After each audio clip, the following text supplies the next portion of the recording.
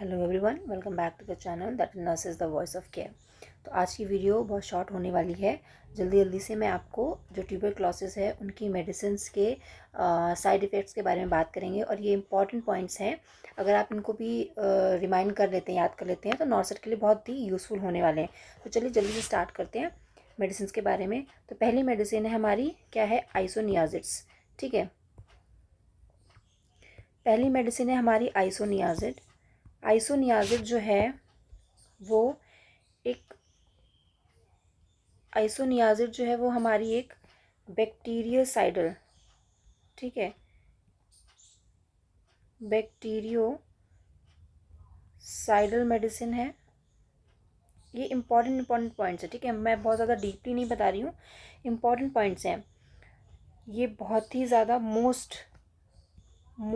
Toxic ATT medicine है। Anti tubercle treatment में जो मेडिसिन यूज़ की जाती है, मोस्ट टॉक्सिक है। दूसरा, अगर बात करें तो ये फेनिटॉइन के साथ, आइसोनियाज़िड जो है वो फेनिटॉइन के साथ सिनर्जिस्टिक इफेक्ट दिखाती है। ठीक है, सिनर्जिस्टिक इफेक्ट शो करती है। नेक्स्ट बात करते हैं हम इसके साइड इफ़ेक्ट्स की।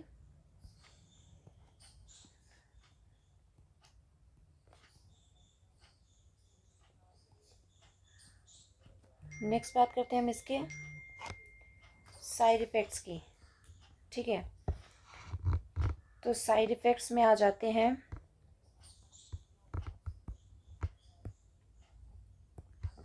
पहला साइड इफ़ेक्ट्स इसके अगर हम साइड इफ़ेक्ट्स याद करना चाहते हैं ना, तो एक ट्रिक याद कर लेते हैं, उसी से ही हम बनाएंगे। ठीक है, याद करेंगे। तो इसके ट्रिक है CHANGE,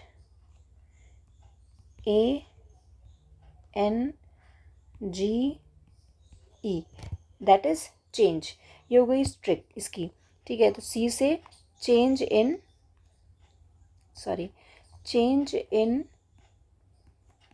memory, change in memory. दूसरा है हिपैटोटॉक्सिसिटी,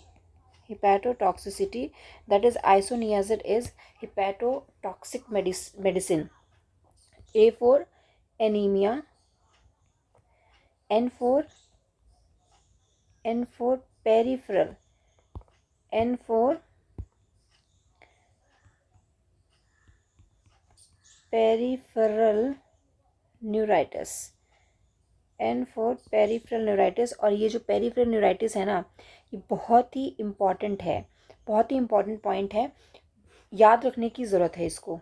बाकी तो भूल जाना, लेकिन इसको तो कभी मत भूलना, क्योंकि इससे तो क्वेश्चंस बहुत बार आ चुके हैं, आपने देखे भी होंगे और आगे भी आने के चांसेस हैं। तो जी से गायनेकोमेस्टिया एंड ई से यूफोरिया।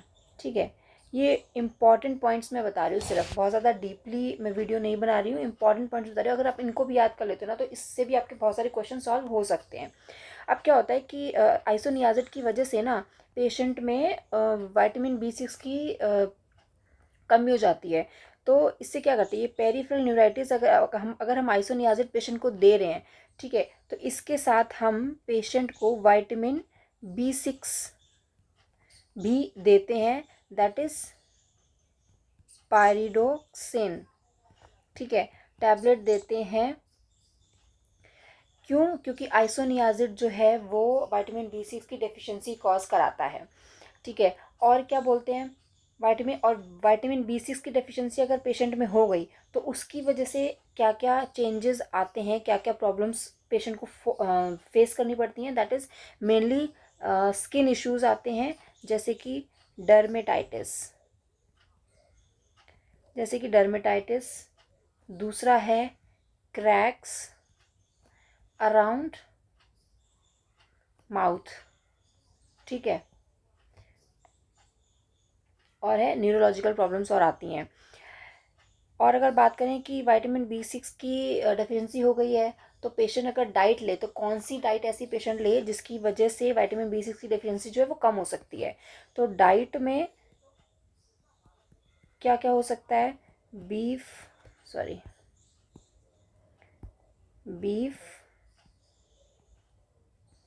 लीवर, ट्यूना, सैल्मन और फोर्टिफाइड सीरल्स। ठीक है, ये हो गया फटाफट से हमारे आइसोनियाजिड्स के बारे में। सेकंड चलते हैं हम किसके किसके लिए भाई, किसके बारे में। नेक्स्ट है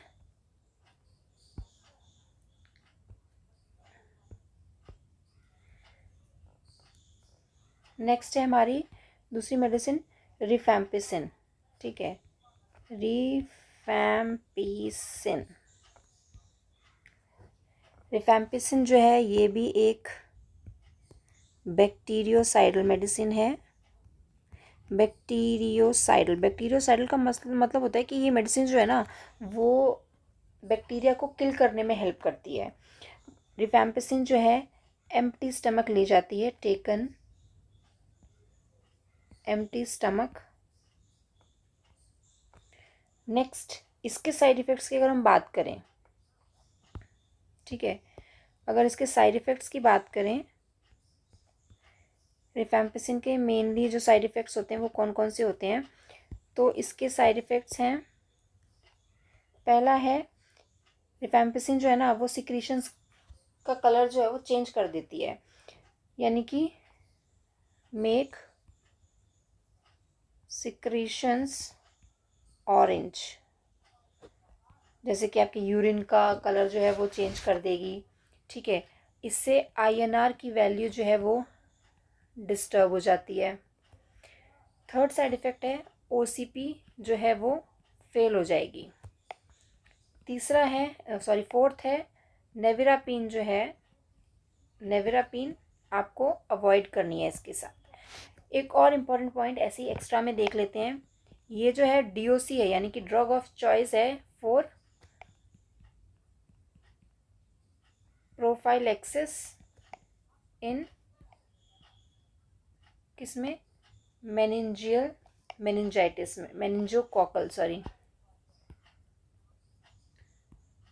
मेनिंजोकोकल मेनिंजाइटिस में।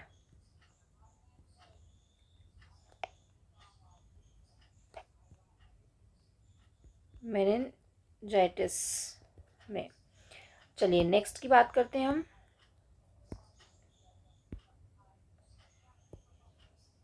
हमारी थर्ड जो मेडिसिन है वो हमारी आ जाती है कौन सी,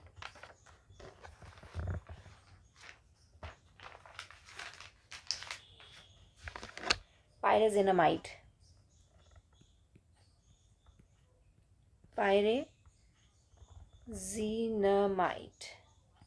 ठीक है, पायरेजिनामाइड के बारे में बात करें अगर हम, तो pyrazinamide is also a bacteriocidal medicine,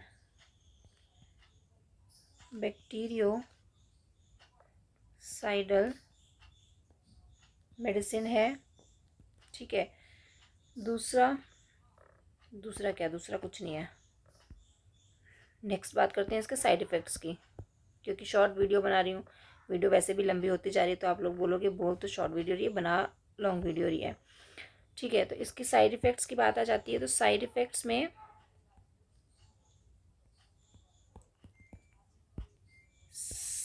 effects में मेनली आते हैं इसके दो साइड इफ़ेक्ट्स, दैट इज़ पहला है हाइपर यूरिसीमिया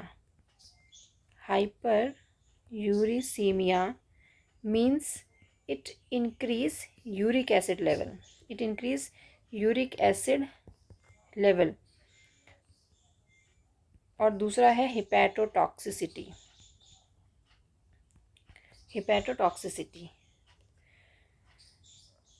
नेक्स्ट हमारी मेडिसिन है फोर्थ, जो कि है इथम्बिटॉल।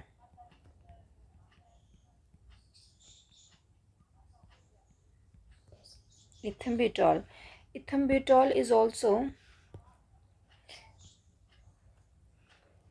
इथम्बिटॉल जो है ये बैक्टीरियोस्टेटिक है। ठीक है, बैक्टीरियोस्टेटिक यानी कि ये बैक्टीरिया की ग्रोथ को कम करेगा बट बैक्टीरिया को किल नहीं करेगी ये मेडिसिन। ठीक है, इसके साइड इफ़ेक्ट्स की अगर हम बात करें तो side effects of ethambutols are mainly, side effects are, इसके साइड इफ़ेक्ट्स हैं, पहला साइड इफ़ेक्ट्स है ऑप्टिक न्यूराइटिस, ऑप्टिक न्यूराइटिस, ठीक है। अब क्या है कि इथम्बिटॉल जो है ना वो चाइल्ड्स में कॉन्ट्राइंडिकेटेड होती है, this medicine is contraindicated, contraindicated in child. क्यों होती है और कौन सी एज ग्रुप में नहीं दी जाती है, मतलब in less than 5 to 6 year के जो बच्चे हैं उनमें ये नहीं दी जाती है। क्यों? क्योंकि ये इरिवर्सिबल, क्योंकि पेशेंट में और ये ऑप्टिक न्यूराइटिस कॉज कराती है, तो ये it can cause irreversible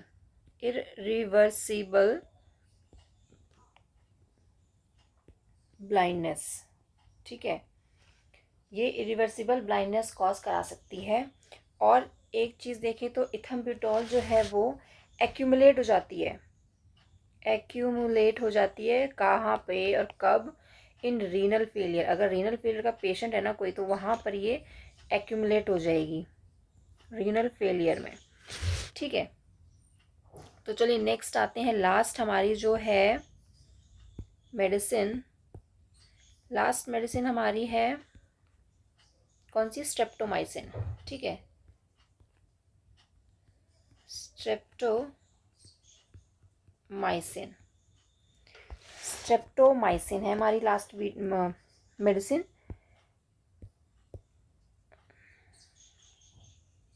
streptomycin जो है ये कौन सी, इसकी क्या क्लासिफिकेशन है, streptomycin is a amino glycosides, ठीक है। Streptomycin is a amino glycosides में आती है, सॉरी,